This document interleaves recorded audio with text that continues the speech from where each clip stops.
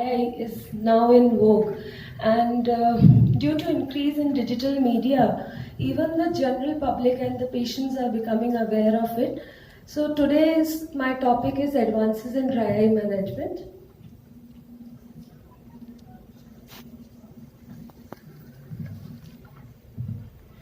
So it was first in 1992 that first international conference on lacrimal gland, tear film and dry eye syndromes was conducted. And the recent report which we all know is from DEWS 2, which was published in 2017. So let's have a quick look at the definition what DEWS 2 gives us. So it's a multifactorial disease of ocular surface which is characterized by loss of homeostasis of the tear film and accompanied by ocular symptoms in which tear film instability, hyperosmolarity, ocular surface inflammation and neurosensory abnormalities play the etiological role. So the management of dry eye is multifaceted, we all know that. So before, a few years ago, we just used to use tear films, but now this condition is not the same. We have treatment for tear film insufficiency. We have anti-inflammatory therapy available with us. We have dietary modifications. Then we have treatment for lid abnormalities. And finally, for severe cases, we have surgical approaches. So in tear replacement, we have mainly two kinds. One is aqueous supplements, the other one is lipid supplement. Also for severe cases, we can use autologous serum also.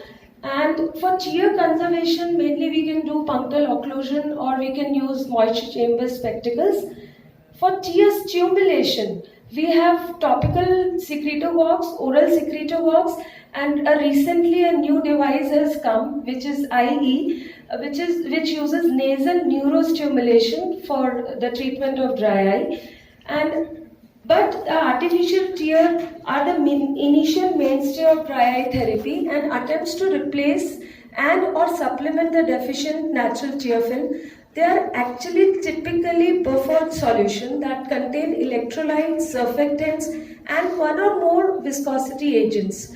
These products do not actually target the underlying pathophysiology of dry eye, but they help in alleviating the symptoms of the disease.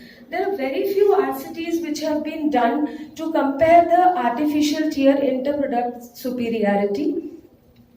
So the kind of artificial products and the ingredients available are CMC, HPMC, hyaluronic acid, PEG, HP-guar, osmotic agents, osmoprotectants like L-carnitine, betaine, trehalose, and now lipid supplements like fatty acids as nanoemulsifications. I think it's very important to choose your preservative very carefully while giving a lubricant and to look at inactive agents like buffers, excipients and electrolytes. And nowadays newer lubricants also have antioxidants like vitamin A.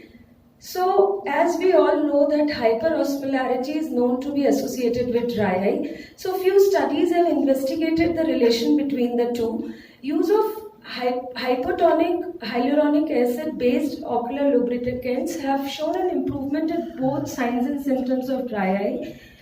Some of the studies have shown that this treatment has a potential to improve tear osmolarity even in absence of any clinical features.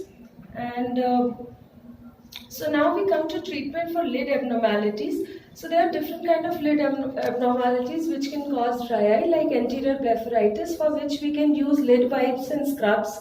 Then we have topical antibiotics to take care of the bacterial overload, and we can also use tea tree oil if we feel that Demodex infestation is there.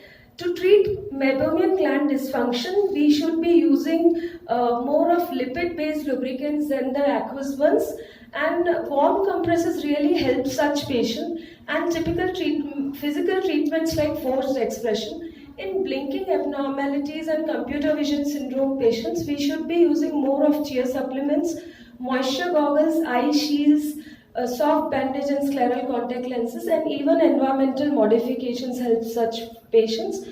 So now in anti-inflammatory therapy, we have corticosteroids, we have newer molecules like cyclosporin, tacrolimus, but I think they should be used judiciously. We should know when and in which patient to use these. And then for inflammatory modulation, we have tetracycline and its analogs. We have NSAIDs, we have biologics like lubricant-based lubricants, recombinant human nerve growth factor, tumor necrosis factor, etc. And inflammatory modulation by topical and systemic tetracycline and macrolide. In surgical approaches, we have tarsorrhaphy, surgery for conjunctivochalasis, essential blepharospasm treatment by botulinum neurotoxin, lid corrections like for dermatochalasis and blepharoptosis. We can, in severe cases, we can do major salivary gland transplantation and minor salivary gland autotransplantation.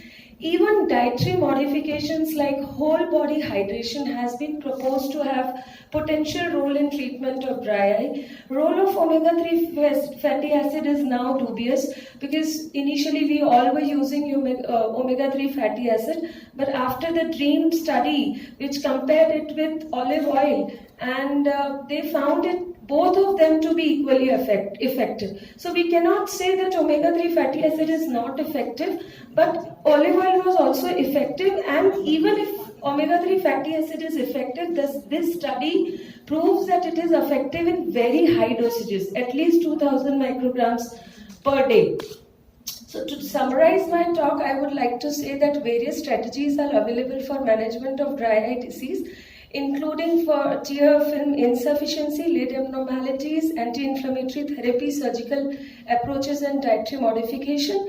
The use of artificial tears still remains the mainstay of the treatment, because without this we cannot go ahead. Even if we are giving corticosteroids or cyclosporin, we need to supplement it with artificial tears. Determination of the cause is very important so that we can appropriately manage it. And the dues to report, due to lack of time, I did not mention the 4 steps of dues to, but it has given a stepwise management in 4 stages to treat the different severity of dry eye. And however, the recommendations in the management algorithm may be modified and overlapped as required by the clinician based on individual patient profile. Thank you. Thank you, Dr. Parikar, for having such a